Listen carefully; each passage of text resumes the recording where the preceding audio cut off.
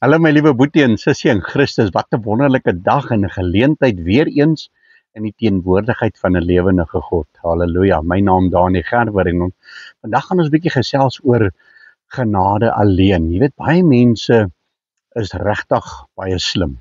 Die Here het hulle geseën met verstand oneindig, want die woord sê mos vir ons, as jy wysheid soek, bid dit van God af. En jy kry mense wat net baie slim is en goed is, en dan kry jy mense wat dink hulle is slim.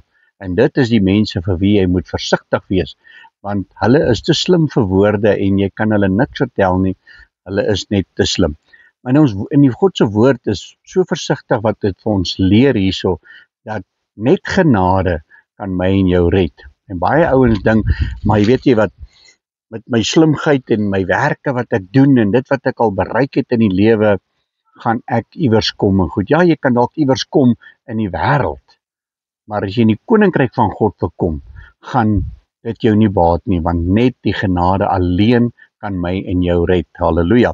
Maar kom ons lees gou 'n bietjie saam hierso in Efesiërs 2 vanaf verse 1 tot 10. Hy sê verlossing uit genade. Hy sê en julle het my lewend gemaak wat dood was deur die misdade en die sondes.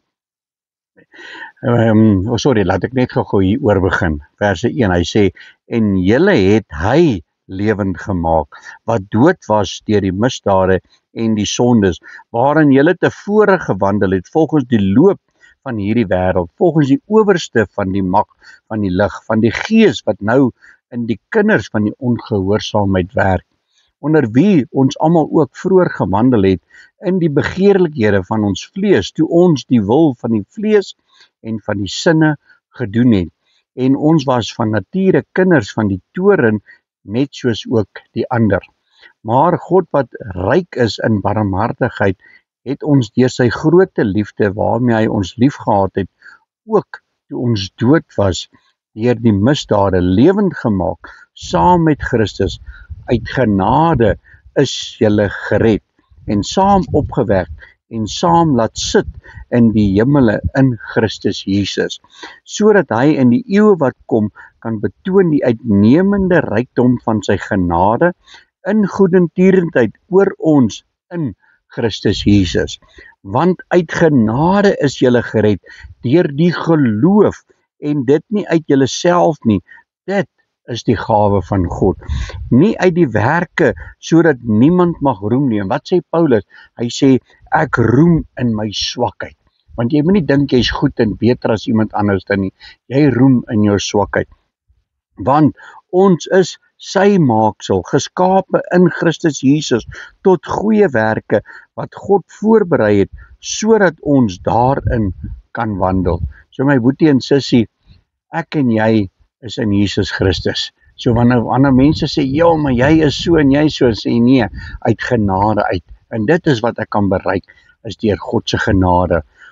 Ons sal uitgeken word aan ons werke wat ons doen. Amen. So dit is belangrik dat ons werke doen vir die koninkryk van God. Maar besef net een ding, dat is nie jou werke wat jy doen. Dis nie al die koeksusters en die pannekoeke wat jy bak, wat jou in die hemel gaan bring nie. Dis jou verhouding, en dit is God se genade wat jou gaan red. En dit is al wat ons kan red. Amen. Kom ons bid saam. Halleluja. Abba Vader, Here, ons loof, prys en eer u groot en heilige naam. Here, baie dankie vir die woord. Dankie dat ons weet, deur u genade is daar vir ons hoop, is daar vir ons redding. Here, wees ons genadig, hou ons vas, hou ons trou, is my gebed in Jesus naam. Amen en amen. My liewe boetie en sussie in Christus, julle moet hierdie dag geniet wat vir julle voorlê. Wees getrou, wees volhard in Jesus Christus, en dan tot ons weer gesels, moet julle 'n geseënde dag hê. God bless.